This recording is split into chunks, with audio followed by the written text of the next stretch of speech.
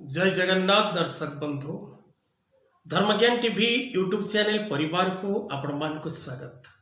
जो मित्र माने हमारे चैनल को लाइक शेयर और सब्सक्राइब करी नांती से माने लाइक शेयर और सब्सक्राइब करबा को कदापि भूलंतु नहीं।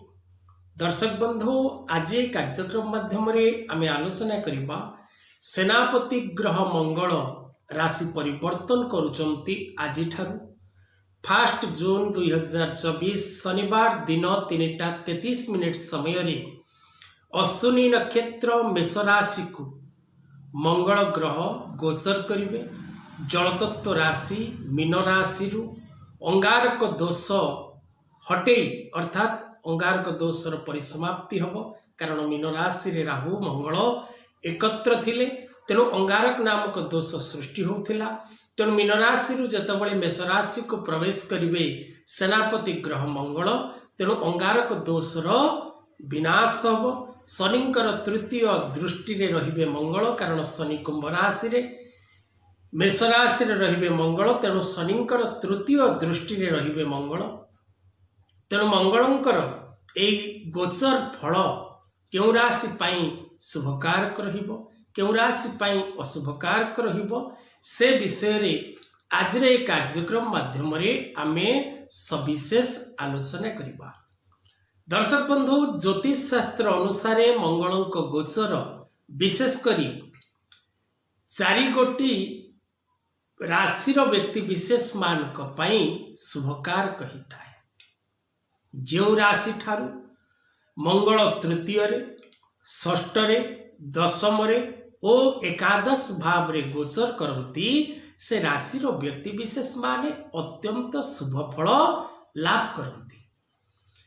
किंतु ग्रह मानकर अवस्थिति ग्रह मानकर दृष्टि एवं ग्रह मानक स्थिति को आधार करी मध्य विचार करा जिबार आवश्यकता रही।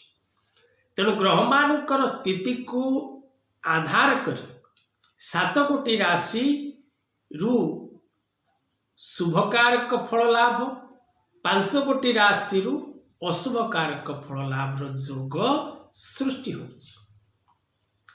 तेणु विशेष करी क्यों क्यों राशि पाई एई मंगल गोचर बा मंगल चलन शुभकारक रहिबो से विषय रे आमे आलोचना करिबा।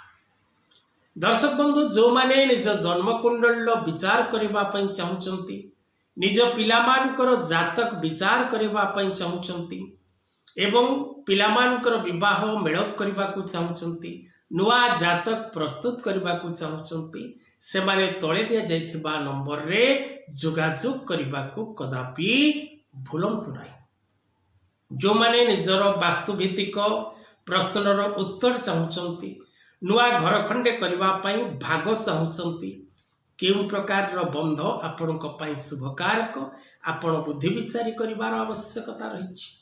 आपणकर जगह बा भूमि परीक्षा करने को चाहते बा आपण निज वास्तु को विजिट करने चाहते तेबे तले देथिबा नंबर रे जोगाजोग करंतु।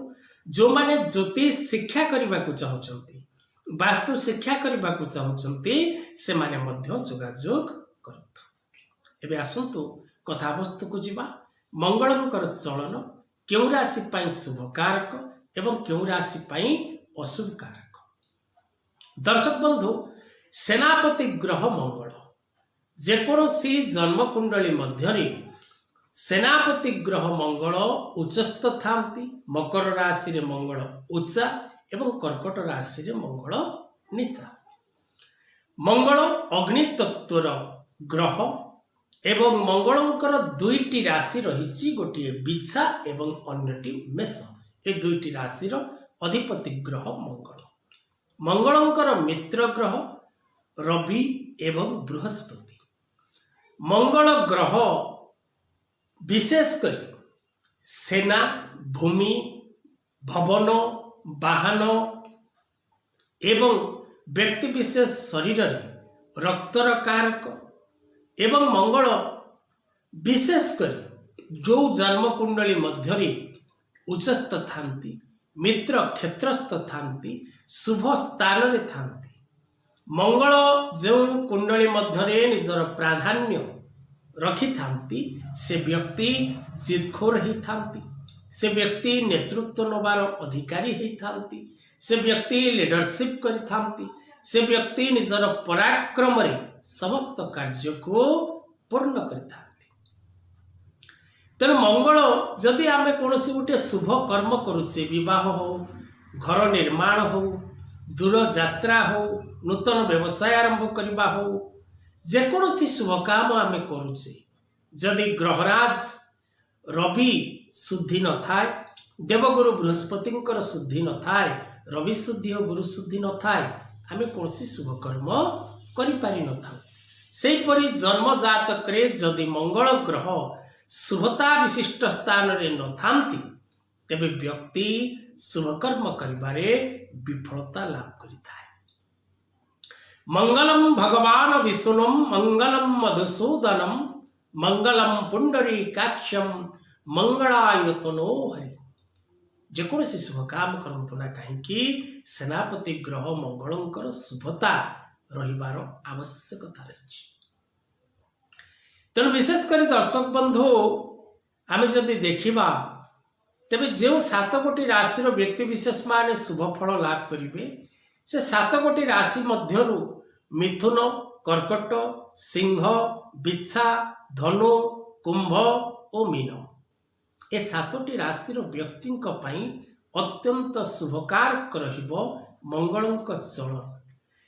मंगलंकर मेष राशि को गमन द्वारा मूल त्रिकोण राशि मेष राशि को गमन द्वारा मेष राशि व्यक्ति विशेष मानक पाई मध्य शुभकारक फल प्राप्त हो।